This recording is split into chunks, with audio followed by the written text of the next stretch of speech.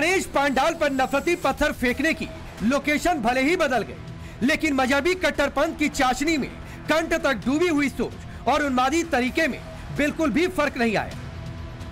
पहले तो नाबालिग बच्चों के जरिए गणेश प्रतिमा पर पथराव कराया और फिर धमकी दी गई कि आइंदा पूजा हवन हुआ और आरती गाई तो बुरा होगा।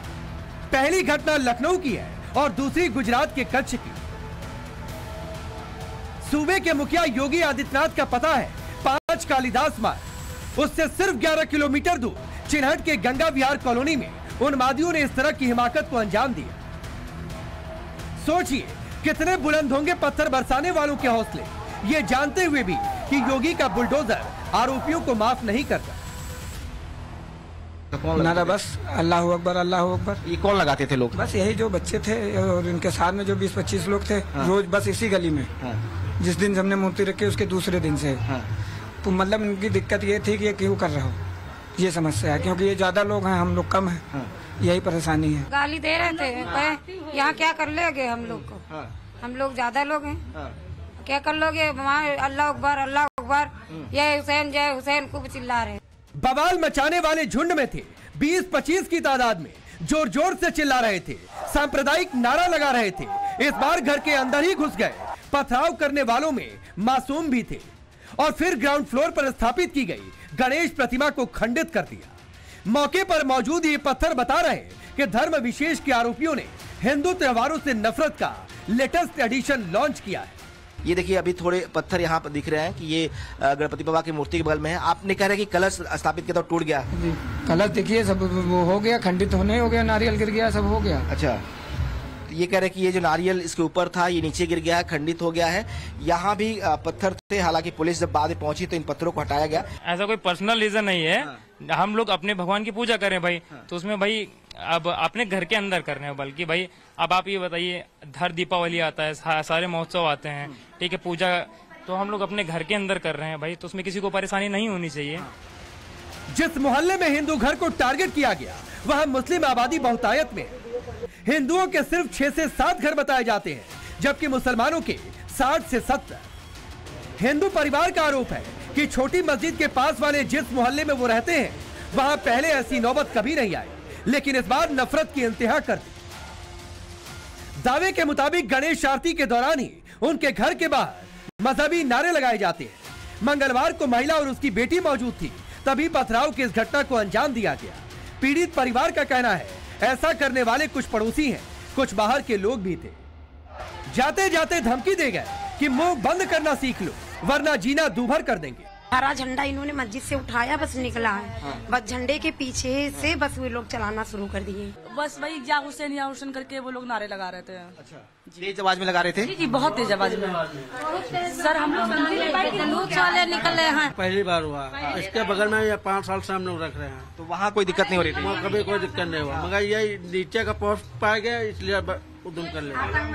हम लोग उस पर रखते हैं ना, इसलिए उस पर छत पे रखते थे पहले, मतलब दूसरी मंजिल पर। जुलूस वाले आए निकले हैं, मतलब हम लोग कुछ ध्यान नहीं दिए।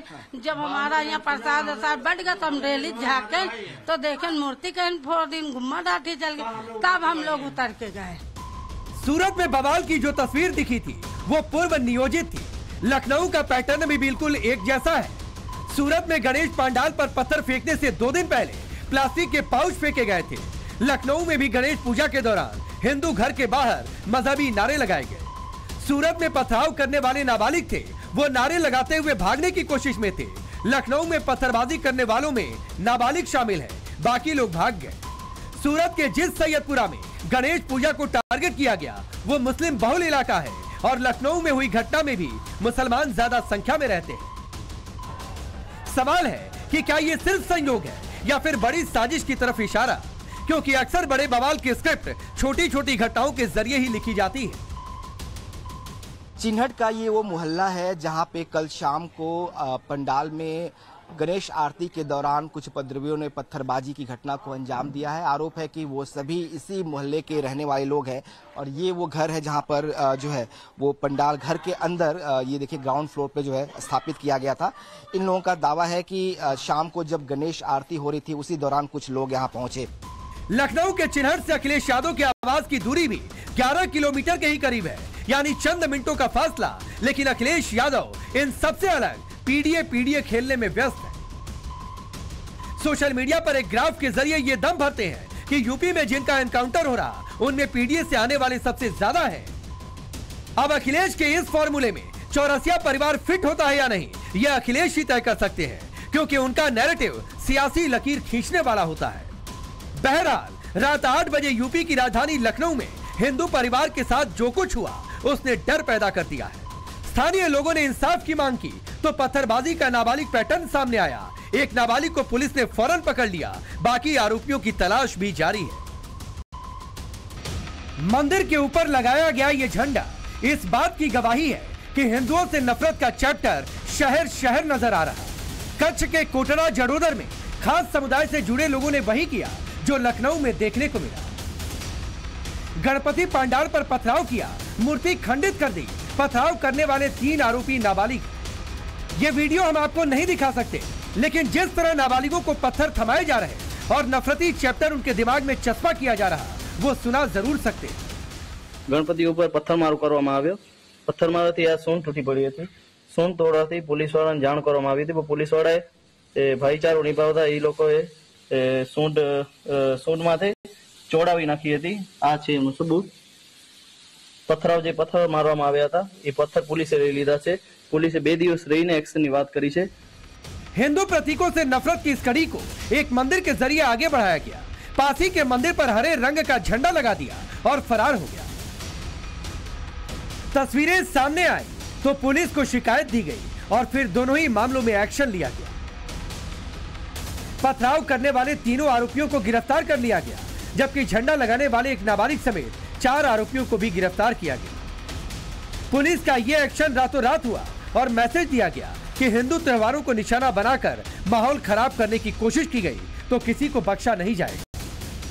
एक इन्फॉर्मेशन मिली कि जो एक गणपति जी का पंडाल है वहाँ पे गणपति जी की मूर्ति खंडित हुई है और साथ में बाजू में एक जो मंदिर है वहाँ पे कोई एक फ्लैग हरा लगाया हुआ है। ये दोनों चीज़ को देखते हुए पुलिस ने तात्कालिक स्पॉट विजिट किया और साथ में इस पूरे बनाव की इन्वेस्टिगेशन चालू की। भरूच और संभाजी नगर की ये तस्वीरें रात के वक्त की है, लेकिन इस हंगामे में जो सुनाई नहीं दे रहा वो आपको हम बताते हैं। भरूच में झंडा लगाने को लेकर बवाल हो गया और हंगामा इतना बढ़ा कि लोग सड़क पर उतर आए। हिंदू समुदाय का दावा है कि हरे रंग का झंडा लगाने की कोशिश हुई। विरोध किया तो इलाके के मुसलमानों ने हेकड़ी दिखानी शुरू कर दी। मौके पर पहुंची पुलिस ने बीच बचाव किया और आरोपियों की धरपकड़ शुरू कर दी। घरों में छिपे बैठे आरोपियों को पुलिस पकड़ कर बाहर लाई। भरूच पुलिस के सेक्शन से हड़कंप मच गया। बताया जा रहा है कि कुछ लोगों ने गणेश पूजा के विरोध में सारा बखेड़ा खड़ा किया। જે લોકો વિરુદ્ધ આક્ષેપ થયા છે તમામને ડિટેન કરવામાં આવ્યા છે। એ દરેકના શું રોલ્સ છે, દરેકની શું જવાબદારી છે અને જે રેકોર્ડિંગ અમને સીસીટીવી કે વિડીયો મારફતે મળી રહ્યા છે એના આધારે ગુનો દાખલ કરીને આગળની કાર્યવાહી ભરૂચ પોલીસ કરી રહી છે। હાલ અહીંયા માહોલમાં શાંતિ છે। તમામ લોકોને વિનંતી છે કે કોઈ પણ જગ્યાએ કોઈ પણ ઉશ્કેરણીજનક કોઈ ભડકાવે એમાં ભડકાવું નહીં અને કોઈ પણ વિષય ધ્યાન ઉપર આવે તો પોલીસને। महाराष्ट्र के संभाजी नगर में गणेश मंडल के सामने पथराव किया गया। रात के अंधेरे में ढोल बजा रहे लोगों पर हमला हुआ और आरोपी फरार हो गए। सवाल है कि आखिर गणेश पूजा को टारगेट क्यों किया जा रहा?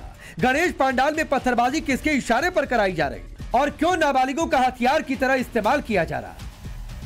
गौर करने वाली बात यह है कि इस तरह के जितने भी मामले सामने आए उनमें पर्सनल रंजिश वाला कोई भी एंगल नहीं। हिंदुओं की तरफ से किसी भी तरह की टीका टिप्पणी शुरुआत में नहीं की गई। फिर आखिर क्यों अचानक इस तरह पथराव किया जा रहा?